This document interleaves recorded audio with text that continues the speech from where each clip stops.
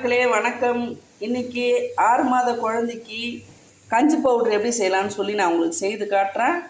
இப்போ நம்ம குழந்தை பிறந்த 6 மாதத்துக்கு அப்புறமா நம்ம ஏதாச்சும் திட உணவு கொடுப்போம். அதுக்கு நம்ம வீட்டிலேயே நம்ம இருக்கிற பொருளை வச்சு சத்தா குழந்தைங்களுக்கு எப்படி கஞ்சி பவுடர் தயாரிக்கணும்னு சொல்லிட்டு நான் செய்து காட்டுறேன். இது நான் கரெக்டாக ஒரு 3 கிளாஸ் அரிசி, அதாவது பொன்னி அரிசி, நல்ல ஒரு காஸ்ட்லியான அரிசியாக, நல்ல விலை ஜாஸ்தி அரிசியாக வாங்கிக்கோங்க. இது 78 ரூபா பொன்னி அரிசி. நல்லா இருக்கும் அரிசி சாப்பாடு. இந்த அரிசியில் சுத்தமாக ஒரு 4-5 தண்ணியில் நல்லா பிசைஞ்சு சுத்தமாக கழுவிட்டு இந்த மாதிரி கண் வடியில் தண்ணி இல்லாமல் வடிகட்டி வச்சுருக்கேன் பாருங்கள். இப்போ நல்லா தண்ணி இல்லாமல் வடிகட்டியாச்சு. இது ஈர அரிசி தான், ஆனால் தண்ணி வடிஞ்சிருக்கு. அடுத்து ஒரு 100 கிராம் அளவுக்கு துவரம்பருப்பு எடுத்துக்கோங்க. அதையும் நல்லா கழுவி வச்சுருக்கேன். கழுவிட்டு அப்படியே ஒரு கிண்ணத்தில் எடுத்து வச்சுருக்கேன். இது எல்லாமே வறுக்க தான் போகிறோம். இதை அப்படியே இருக்கட்டும்.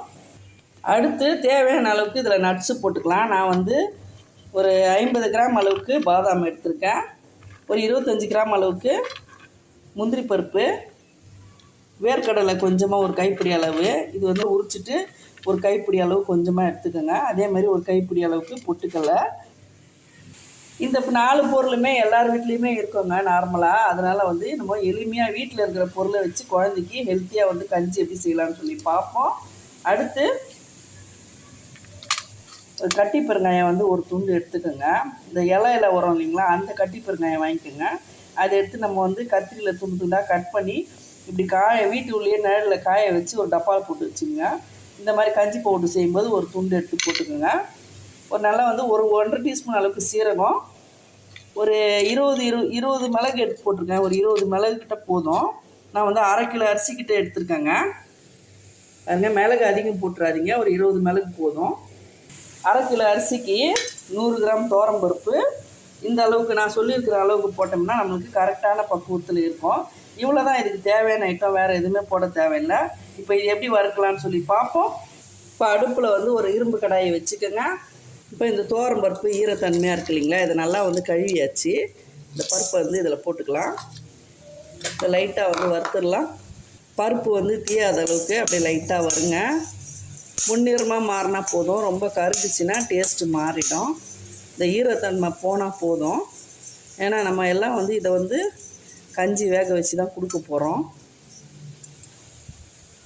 இதிலே பெருங்காயத்தையும் போட்டுப்போம், கூட சேர்ந்து அதுவும் வறுப்படட்டும்.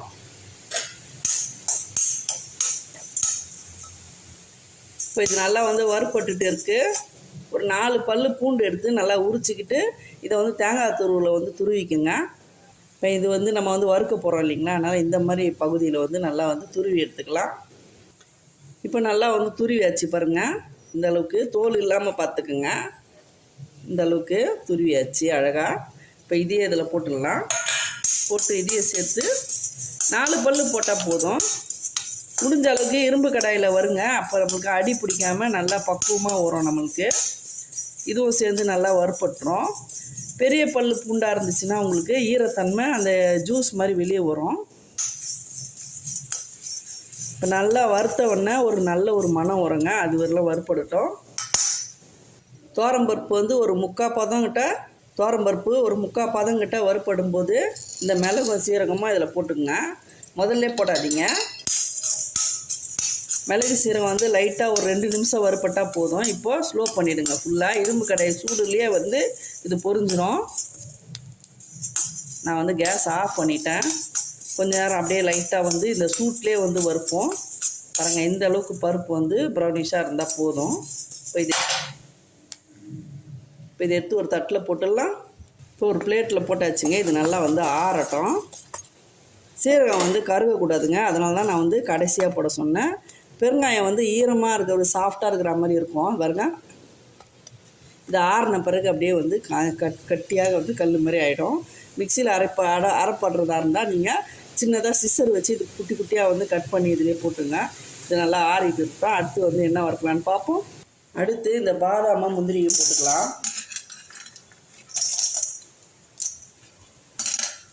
வேர்க்கலை வேர்க்கலையும் பொட்டுக்கல்லையும் ஏற்கனவே வறுப்பட்டது தான், அதனால் லாஸ்ட்டாக போட்டுக்கலாம். இப்போ கேஸ் ஆன் பண்ணிவிடுவோம். நெய்யோ எதுவும் ஆயிலெலாம் எதுவுமே ஊற்றாதீங்க. இது ஸ்டோர் பண்ணி வைக்கிறதுனால நம்ம ஆயிலில் யூஸ் பண்ணக்கூடாது, நெய்யோ எதுவுமே யூஸ் பண்ணக்கூடாது. வெறும் ட்ரை கடாயில் தான் வந்து வறுக்கணும். இதுவும் நல்லா வறுப்பட்டோம். பாதாம் வந்து ஊற வச்சு தோல் எடுத்துட்டு காய வச்சு கூட நம்ம வந்து வறுத்து போடலாங்க. நான் இன்றைக்கி வந்து இப்போ உடனே செய்கிறதுனால நான் வந்து அப்படியே வந்து வறுக்கிறேன். இப்போ ஒரு முக்கால் பதம் வறுப்பட்டுடுச்சுங்க. இப்போ வந்து ஃப்ளேமை வந்து ஃபுல்லாக கம்மி பண்ணிவிட்டு இதுக்கு மேலே வந்து இந்த பொட்டுக்கல்லையும் வேர்க்கல்லையும் போட்டுருங்க. போட்டு லைட்டாக வருங்க. ஃபுல்லாக ஃப்ளேம் கம்மியில் தான் இருக்கணும். இதுக்கு மேலே ஹையாக இருக்கக்கூடாது. அப்படியே வந்து கருகுன டேஸ்ட்டு மாறிடுங்க. அதுக்காக தான் சொல்கிறேன். அவ்வளோதான். இந்த இரும்பு கடாயில் அப்படியே சூட்லேயே வந்து ஒரு 2 நிமிஷம் இருக்கட்டும். இப்போ கேஸ் ஆஃப் பண்ணிடலாம். ஒரு நிமிஷம். அவ்வளோதான். ஒரு நிமிஷம் ஆயிடுச்சுங்க. இப்போ இதையும் எடுத்து பிளேட்டில் கொட்டிடலாம். அடுத்து அதே கடாயில் கொஞ்சம் கொஞ்சமாக அரிசி போட்டுக்கலாம். நான் வந்து 1/2 கிலோ அரிசின்றதுனால ஒரு 3 பேட்சாக வந்து கொஞ்சம் கொஞ்சமாக போட்டு வருங்க. ஈர அரிசின்றதுனால மொத்தமாக போட்டுறாதீங்க. இந்த ஈரம் போகிற வரல வறுப்பட்ட பிறகு அதுக்கப்புறம் அரிசி வந்து பொரியும். நான் எப்படி வறுக்கணும்னு நான் உங்களுக்கு காட்டுறேன். அப்படியே ஒரு நிமிஷம் விட்டுருங்க. கேஸ் ஆன் பண்ணிடலாம். இப்போது இந்த மாதிரி ஆஃப் பண்ணி பக்குவமாக செய்யணுங்க. பொறுமையாக ஃபுல்லாக ஐயில் வச்சுட்டு தொடர்ச்சியாக வந்து அடுப்பை எரிய விட்டு கருக விட்டுறாதீங்க. ரொம்ப பொறுமையாக செய்யணும். இது குழந்தைக்கு தயாரிக்கிற அரிசின்றதுனால ரொம்ப ஜாகிரதையாக கவனமாக செய்யணும். அதே மாதிரி எல்லாத்தையும் வந்து சுத்தமாக கழுவிட்டு தண்ணி வடிய விட்டு தான் நம்ம வந்து வறுக்கணும். தண்ணி கொஞ்ச நேரம் அப்படியே இருக்கட்டும். இது அப்படியே 1 நிமிஷம் விட்டுருவோம். இதில் இருக்கிற தண்ணி எல்லாமே உறிஞ்சிரும். நீங்கள் வந்து குழந்தைக்கு 6 மாதம் கழித்து கஞ்சி கொடுக்குறீங்கன்னா வெறும் அரிசி கஞ்சி மட்டும் கொடுங்க. அரிசியும் பொட்டுக்கல்லையும் வச்சு அது 2த்தையும் மட்டும் போட்டு மிளகு சீரகம் போட்டு வெங்காயம் போட்டு எல்லாமே கொஞ்சம் கொஞ்சமாக போட்டு ஒரு 100 கிராம் அளவுக்கு ஃபஸ்ட்டு அரைச்சி குழந்தைக்கு வந்து 1 டீஸ்பூன் 2 டீஸ்பூன் வந்து தண்ணியாக கொடுத்து பாருங்கள். அது ஒத்துக்குச்சுன்னா அப்படியே வந்து அளவை வந்து ஒரு மாதத்துக்கும் அப்படியே வந்து குவான்டிட்டி வந்து கூட்டிட்டு அதுக்கப்புறம் வந்து நீங்கள் கட்டியாக கொடுக்க பழகுங்க. எடுத்த உடனே வந்து அதிகமாக கொடுத்துடாதீங்க. குழந்தைக்கு ஏற்றுக்குதா உணவு அப்படின்னு சொல்லிட்டு பார்த்துட்டு கொடுங்க. இப்போ தண்ணி வந்து பாருங்கள் அப்படியே கொஞ்சம் கொஞ்சமாக வந்து ட்ரை ஆகிடுச்சு. இனிமேல் வந்து அரிசி பொரிய ஆரம்பிச்சிடும். அரிசி அந்த ஈரம் போகிற வரலாம் பொரியாதுங்க. அது வரலாம் அப்படியே வெறுமனே தான் வந்து அந்த ஈரம் போகிற வரலாம் அப்படியே தான் இருக்கும். எப்போ ஈரம் போதோ அப்போ தான் வந்து பொரிய ஆரம்பிக்கும். இப்போ தான் லைட்டாக வந்து பொரிய ஆரம்பிச்சிருக்கு. அது வரலாம் வந்து வெள்ளையாகவே தான் இருக்கும். ஆனால் வந்து நம்ம கிண்டி விட்டுக்கிட்டே இருக்கணும். அப்படியே விட்டோம்னா அந்த அரிசி வந்து இது வருங்க. இப்போ 1 2 காட்டுறேன் பாருங்கள். இந்த மாதிரி வந்து கருப்பாயிடும். இந்த மாதிரி பாருங்கள் கருப்பாயிடும். அதனால் கவனமாக வந்து கை எடுக்காமல் வந்து நீங்கள் வந்து அப்படியே கிண்டிக்கிட்டே இருக்கணும். ஃப்ளேமை வந்து மீடியமில் தான் இருக்குது, ரொம்ப ஹையில் இல்லை. நான் நல்லா பொரிஞ்ச பிறகு உங்களுக்கு காட்டுறேன். எப்படியா இருந்தாலும் ஒரு அரிசி வந்து வறுப்படுறதுக்கு 2 நிமிஷத்துலேருந்து 3 நிமிஷம் கிட்ட ஆகுங்க. பொறுமையாக தான் செய்யணும். அரிசி வந்து அப்படியே பொரிய ஆரம்பிக்குது பார்த்தீங்களா? சவுண்டு கேட்குதுங்களா? படப்படன்னு. ரொம்ப வந்து கருக விட்றாதீங்க. அப்படியே மெதுவாக மெப்பமாக வந்து அரிசிலாம் வந்து அப்படியே வந்து வெள்ளை கலராக மாறிடும். பொரிஞ்ச பிறகு நான் காட்டுறேன் பாருங்கள். நல்லா வந்து பொரிய ஆரம்பிச்சிடுச்சு. இப்போ வந்து ஃப்ளேமை வந்து ஃபுல்லாக வந்து கம்மியில் வச்சுக்கணும். ஏன்னா இரும்பு கடாய் வந்து சூடாக இருக்கும். அதுலேயே வந்து நல்லா பொரிஞ்சிடும். ஐயில் வைக்கக்கூடாது. அவ்வளோதான். இரும்பு கடாய் இல்லைன்னா நீங்கள் கனமான கடாயாக எடுத்துக்கோங்க. பாருங்கள் எந்த அளவுக்கு இருக்குது பார்த்தீங்களா? அவ்வளோதான். இப்போ வந்து அப்படியே வந்து கேஸ் ஆஃப் பண்ணிவிடுங்க. கொஞ்ச நேரம் அப்படியே இந்த இரும்பு கடாய் சூடு கடாயிலே அப்படியே இருக்கட்டும். ஒரு 2 நிமிஷம் 3 நிமிஷம் கழித்து இதையும் எடுத்து பிளேட்டில் போட்டுடலாம். ரொம்ப வந்து அப்படியே பொரிய தேவையில்லை. நான் கிட்டுக்கு காட்டுறேன் பாருங்கள் உங்களுக்கு. பாருங்கள் இந்த அளவுக்கு இருந்தால் போதும். கரெக்டாக பாருங்கள். ரொம்ப கருகவும் கூடாது, அதே சமயம் அரிசி தண்ணியாக இருக்கக்கூடாது, பொரியவும் செய்யணும். இந்த அளவுக்கு இருக்கணும். கரெக்டாக இருக்குது பார்த்தீங்களா? அரிசி எப்படி தள்ளனோம்னா அந்த சரசரன்னு வரணும். அப்போ தான் வந்து நல்லா பக்குவத்துக்கு வந்துருச்சுன்னு அர்த்தம். அவ்வளோதான். இப்போ இது வந்து பிளேட்டில் எடுத்து போட்டுடலாம். இப்போ இன்னொரு பிளேட்டில் நான் வந்து தனியாக போட்டேங்க. இது வந்து நட்ஸும் வந்து தனியாக இருக்குது. இது ஆறிட்டு இருக்குது. அடுத்த ஷிஃப்ட்டு நான் கடாயில் போட்டிருக்கேன். இது 1/2 கிலோ அரிசின்றதுனால முதல்ல ஒரு 1/4 கிலோவும் அதாவது 2 கிளாஸு, ஒரு கிளாஸ் வந்து 1/4 கிலோ அளவு வரும். நீங்கள் வந்து முதல்ல நீங்கள் செய்கிறீங்கன்னா 1 கிளாஸ் அளவில் நீங்கள் செய்து பாருங்கள். அதே மாதிரி முதல்ல நீங்கள் குழந்தைக்கு கஞ்சி கொடுக்குறதுனா நட்ஸ்லாம் வந்து அதிகமாக போட தேவையில்லை. வெறும் பொட்டுக்கல்லையும் கொஞ்சமாக ஒரு டீஸ்பூன் அளவுக்கு துவரம் பருப்பும் அரிசியை மட்டும் போதும். துவரம்பருப்பு விருப்பப்பட்டால் போடுங்க, இல்லை அதுக்கு கேஸ் பிரச்சனை இருந்ததுன்னா பருப்பு கூட அவாய்ட் பண்ணிக்கோங்க. இது வந்து 10 மாதத்துக்கு மேலே கொடுக்கறதுக்கான கஞ்சி பவுடருங்க. 6 மாத குழந்தையா இருந்துச்சுன்னா நீங்கள் அரிசி கஞ்சி மட்டும் கொடுத்தா போதும். நான் இந்த அரிசியை வந்து நல்லா வறுத்த பிறகு உங்களுக்கு நான் வந்து பொரிஞ்ச பிறகு காட்டுறேன். அவ்வளோதாங்க, இந்த அரிசியை நல்லாவே பொரிஞ்சு வந்துருச்சு பாருங்கள். இப்போ இது வந்து கேஸ் ஆஃப் பண்ணிடலாம். இதையும் அப்படியே வந்து ஒரு 2 நிமிஷம் அப்படியே இருக்கட்டும். இப்போ பார்த்தீங்கன்னா உடனே வந்து கஞ்சி பவுட்ரு செய்கிற மாதிரி இருந்தால் தான் இந்த மெத்தடில் வந்து நான் உங்களுக்கு செய்து காட்டுறேன். நீங்கள் உங்களுக்கு டைம் கிடச்சிதுன்னா அரிசி களைஞ்சி வெயிலில் வந்து பருப்பையும் அரிசியை நல்லா காய வச்சு, எந்த பொருளும் உங்களுக்கு கழுவணும்னு தோணுதோ அதை நல்லா கழுவி வெயிலில் காய வச்சு காஞ்ச பிறகு கூட நீங்கள் வறுத்து பண்ணி வச்சுக்கலாம். நான் வந்து இப்படி ஏன் செய்து காட்டுறேன்னா, கஞ்சி பவுட்ரு காலி ஆயிடுச்சு, எல்லாத்தையும் வந்து கழுவி வெயிலில் காய வச்சு அது பெரிய ப்ராசஸ், ரொம்ப லேட் ஆகும் அப்படின்ற மாதிரி இல்லாமல் உடனே 1 கிளாஸ் அரிசியாக இருந்தாலும் 1 கிளாஸ் அரிசி எடுத்து உடனே கழுவி உடனே இந்த மாதிரி கடாயில் வறுத்து குழந்தைக்கு டக்குன்னு வந்து எப்படி சோறாக்குவோமோ அந்த மாதிரி நம்ம வந்து செய்து கொடுக்கலாங்க. அதனால தான் வந்து நான் இந்த மெத்தடில் வந்து உங்களுக்கு நான் செய்து காட்டுறேன். இது வந்து வறுத்து ஸ்டோர் பண்ணுறதுனால நம்மளுக்கு வந்து கெட்டும் போகாது. நான் உங்களுக்கு என்ன சொல்ல விரும்புகிறேன்னா, நீங்கள் எது செஞ்சாலும் வந்து ஒரு 200 கிராம் 100 கிராமு அப்படியே அதிகபட்சம் நீங்கள் வந்து 1/2 கிலோவுக்கு மேலே வந்து செய்யாதீங்க. 1/4 கிலோவாக கூட நீங்கள் வந்து கொஞ்சம் கொஞ்சமாக வந்து குழந்தைக்கு வந்து இந்த மாதிரி வறுத்து பவுட்ரு பண்ணி காலியாக செஞ்சுக்குங்க. அதுதான் நல்லது. இதில் எல்லாம் நட்ஸ்லாம் போடுறதுனால சீக்கிரத்தில் வந்து வண்டு வர்றதுக்கு வாய்ப்பு இருக்குது. நம்ம வீட்டில் வந்து எந்த ஒரு கெமிக்கல் ஐட்டமும் இது கெடாமல் இருக்கிறதுக்காக எந்த ஒரு ப்ரிசர்வேட்டிவும் சேர்க்காமல் தரமான முறையில் வீட்டில் எப்படி நம்ம சாப்பாடு சாம்பார் சாதம் ரசம் சாதம் சாப்பிட்ற மாதிரி அந்த மாதிரி குழந்தைக்கு வந்து அழகாக கொடுக்கலாம். இப்போ இது நல்லா ஆறட்டும், அதே தட்டில் போட்டுருவோம். அவ்வளோதாங்க, இந்த அரிசி 2த்தையும் ஒன்றா போட்டாச்சு. இது எல்லாமே நல்லா வந்து ஆறட்டும். ஓரளவுக்கு சூடு சுத்தமாக இல்லாமல் ஜில்லுன்னு ஆகிற அளவுக்கு சுத்தமாக ஆறட்டும். ஆறின பிறகு நம்ம மிக்ஸி ஜார்லேயே வந்து இதை பவுட்ரு பண்ணிடலாம். எந்த பக்குவத்தில் அரைக்கலாம்னு சொல்லிட்டு நான் உங்களுக்கு செய்து காட்டுறேன். இந்த நட்ஸ் வகைகளும் நல்லா வந்து ஆறட்டும். இப்போ நல்லாவே ஆறிடுச்சுங்க, ஜில்லுன்னு சூடு கொஞ்சம் கூட இல்லை. இப்போ அரைக்கிற பக்குவத்துக்கு வந்துருச்சு. முதல்ல வந்து அரிசியை போடக்கூடாது. முதல்ல வந்து இது வந்து நல்லா வந்து மிக்ஸி ஜாரில் போட்டுடலாம். ஒரு மிக்ஸி ஜார் வந்து எடுத்துக்கோங்க. அதில் வந்து சுத்தமாக ஈரம் இல்லாமல் நல்லா சுத்தமாக தொடச்சி எடுத்துக்கோங்க. கொஞ்சம் கூட தண்ணி எதுவுமே இருக்கக்கூடாது. இப்போ ஜாரில் போட்டாச்சு. இப்போ அரைச்சிட்டு வந்துடலாம். இப்போ இந்த அளவுக்கு அரைச்சாச்சு பாருங்கள். ரொம்பவும் வந்து அதிகமாக வந்து பயங்கரமாக ஓட விடாதீங்க. ஏன்னா வந்து பாதாம்லேருந்து ஆயில் வெளியே வந்துடும். அதனால் வந்து அதிகமாக வந்து ஸ்பீடாக வந்து சூடு ஏறுற மாதிரி ஓட விடாதீங்க. இந்தளவுக்கு முதல்ல அரைச்சிக்கிட்டு இப்போ முதல்ல தனியாக வந்து தட்டில் கொட்டிக்கலாம். ஒரு பிளேட்டில் கொட்டியாச்சு. இப்போ அது அப்படியே இருக்கட்டும். அடுத்து அரிசியை வந்து கொஞ்சம் கொஞ்சமாக போட்டு 3 பேட்சாக போட்டு அரைச்சிக்கலாம்.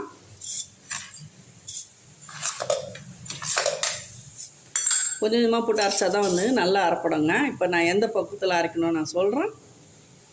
இப்போ வந்து இந்த அளவுக்கு நான் வந்து அரைச்சிருக்கேங்க பாருங்கள். இது வந்து இட்லி மாவு, இந்த இட்லி ரவை இருக்கும் இல்லைங்களா, அந்த பக்குவத்தில் வந்து ரவையாக தான் உரைச்சிக்கணும். ரொம்ப நைஸாக வந்து அரைக்காதீங்க. இது வந்து கட்டியாக வந்து நம்ம வந்து கஞ்சி மாதிரி வந்து கட்டியாக வந்து கொடுக்கலாம்.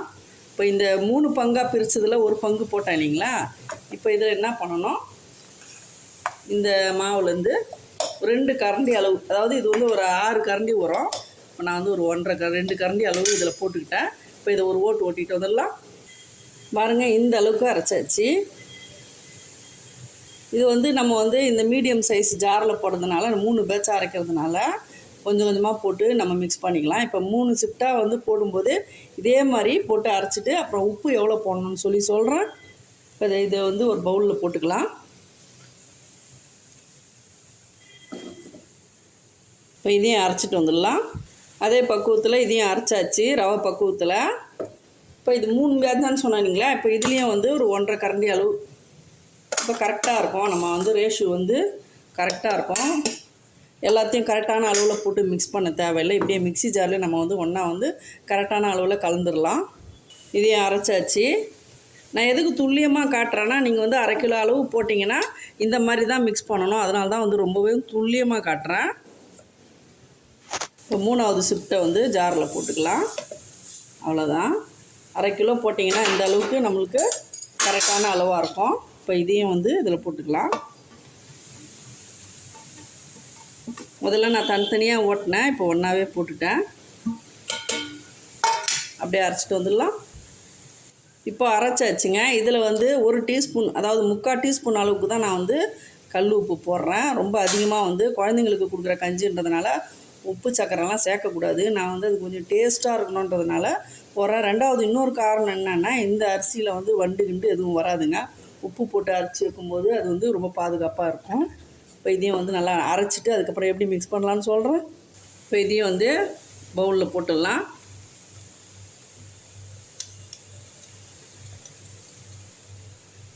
இப்போது அடுத்து என்ன பண்ணணும் பாருங்கள். இப்போ எல்லாத்தையும் இதை வந்து மிக்ஸ் பண்ணி விட்டுடலாம். மிக்ஸ் பண்ணி விட்டுட்டு இப்போ மறுபடியும் ஒரு கடாயை வைப்போம். கடாய் கேஸில் வச்சுட்டு கேஸ் ஆன் பண்ணிவிடுங்க.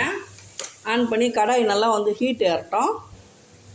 இது வந்து எதுக்கு இந்த ப்ராசஸ்ன்னு பார்த்தீங்கன்னா, நான் வந்து ஈர அரிசி, ஈர துவரப்பருப்பு எல்லாமே உடனே வந்து கழுவி வறுத்து செஞ்சதுனால எல்லாத்தையும் வறுத்து பொடி பண்ண பிறகு லைட்டாக வந்து சூடான கடாயில் ஃப்ளேம் கம்மியாக வச்சு ஒரு 3 நிமிஷத்துலேருந்து 5 நிமிஷம் லைட்டாக வறுத்து விடணும். அப்போ தான் வந்து நம்மளுக்கு வந்து அந்த கொஞ்சம் கூட அந்த ஈரத்தன்மை இல்லாமல் எல்லாம் கரெக்டாக மிக்ஸ் ஆகி வரும். இப்போ நல்லா கடாய் காஞ்சிருச்சு. இப்போ இந்த கடாயில் இந்த மாவை போட்டுடலாம். போட்டு எல்லாத்தையுமே மொத்தமாக போட்டு அப்படியே வந்து நல்லா மிக்ஸ் பண்ணி விடுவோம். ஃப்ளேம் வந்து பாருங்கள் ஃபுல்லாக கம்மியில் இருக்குது. கடாய் நல்லா ஹீட் ஆயிடுச்சு. ஃப்ளேம் வந்து கம்மியிலே இருக்குது. இந்த கம்மி ஃப்ளேம்லேயே ஒரு 5 நிமிஷம் வந்து அப்படியே லைட்டாக வந்து வறுத்து எடுத்துடணும். இப்போ எல்லா பக்கமும் கரெக்டாக உப்பும் கலந்துரும். அதே சமயம் கொஞ்சம் நெஞ்சம் லைட்டாக அந்த ஈரத்தன்மை இருந்தாலும் எல்லாமே ட்ரை ஆகிடும். அடி பிடிக்காமல் ஃப்ளேம் ஃபுல்லாக கம்மியில் வச்சு தான் நீங்கள் வறுக்கணும். அவ்வளோதான். அப்படியே வந்து கை விடாமல் 5 நிமிஷம் கிட்ட அப்படியே வருங்க. நல்ல ஒரு வாசனையாக இருக்குங்க. இதில் வந்து குழந்தைங்களுக்கு கஞ்சி செஞ்சு கொடுக்கும்போது அதுங்க வந்து நல்லா இஷ்டமாக சாப்பிடும். டேஸ்ட்டாக இருக்கும். உடம்புக்கு ரொம்ப ஹெல்த்தும் கூட. இது எல்லார் வீட்லேயுமே இந்த பொருட்கள் வந்து எல்லார் வீட்லேயுமே இருக்குங்க. நம்ம வந்து கொஞ்சம் கொஞ்சம் வந்து குழந்தைங்களுக்கு செஞ்சிடலாம். அதேமாதிரி பாருங்கள், ரொம்ப நைஸாக இல்லாமல் இந்த பக்குவத்தில் அரைச்சிக்குங்க. அப்போ தான் வந்து நம்மளுக்கு வந்து அது வந்து ஒரு சோறு பக்குவத்தில் இருக்கும் கட்டியாக. நீங்கள் வந்து ரொம்ப சின்ன குழந்தை, அதாவது 6 மாதம் குழந்தைங்களுக்கு கொடுக்குற மாதிரி இருந்தால் கொஞ்சம் வந்து நைஸாக விட்டுட்டு நீத்தா மாதிரியே கொடுங்க கஞ்சை. 8 மாதம் 10 மாதத்துக்கு அப்புறம் கொடுக்குற மாதிரி இருந்துச்சுன்னா கொஞ்சம் கட்டியாக கொடுங்க. அது இட உணவாக நல்ல ஒரு மனம் வருது பாருங்கள். இப்படி வறுத்து வச்சு ஸ்டோர் பண்ணும்போது கொஞ்சம் கெடவே கெடாதுங்க. தாராளமாக வந்து 3 மாதம் வரலாம் அப்படியே இருக்கும். ஆனால் அந்த அளவுக்கு அதிகமாக ப்ரிப்பேர் பண்ணாதீங்க. 200 கிராமு 300 கிராம் அந்த அளவுக்கு நீங்கள் வந்து குவான்டிட்டி செஞ்சு ஸ்டோர் பண்ணி வச்சுங்க. நான் இன்றைக்கி வந்து 1/2 கிலோ அளவு, அதாவது 2 டம்ளர், 1 டம்ளர் தான் எப்போவுமே செய்வேன். வீடியோக்காக நான் வந்து 2 டம்ளர் செய்து காமிச்சிருக்கேன். இந்த 2 டம்ளர்ன்றது 1/2 கிலோ அளவு இருக்கும். 1/2 கிலோவுக்கு நீங்கள் இந்த அளவுக்கு ரேஷியோ போட்டால் போதும். இது ரொம்ப பழைய ஸ்டைலுங்க. எங்கள் அம்மா எங்கள் பிள்ளைங்களுக்கு கொடுத்ததுனால அதே நான் வந்து என் பேர பிள்ளைங்களுக்கு நான் கொடுக்குறேன். அதனால தான் இது வந்து நிறைய பேருக்கு இந்த நெஸ்டம், இந்த டாக்டர் எழுதி கொடுக்குறதெல்லாம் வாங்க முடியாமல் ஏழை எளிய ஜனங்க நிறைய பேர் இருப்பாங்க. அந்த குழந்தைங்களுக்கு வந்து சத்தான பொருள் வாங்கி கொடுக்க முடியாமல் கஷ்டத்தில் இருக்கிறவங்களாம் இருப்பாங்க. ப்ராடக்ட் வந்து ரொம்பவே ரேட்டு ஜாஸ்தியாக இருக்கும். 1000 ரூபாய் 2000 ரூபாய் அப்படின்லாம் சொல்கிறாங்க. வாங்க முடியாத ஸ்டேஜில் இருக்கிறவங்க இந்த மாதிரி வீட்டிலே வந்து நம்ம ப்ரிப்பேர் பண்ணி சத்தாக கொடுக்கலாம். இதுக்கு வந்து ரொம்பவே செலவு கம்மிங்க. நம்ம சாப்பிட்ற சாதாரண பொன்னி அரிசிலேயே நம்ம வந்து செய்துக்கலாம். இதில் காஸ்ட்லி பொருள்னு பார்த்தீங்கன்னா இந்த 2 தான். பாதாமும் முந்திரியும் தான் நம்ம போட்டுக்கிறோம்.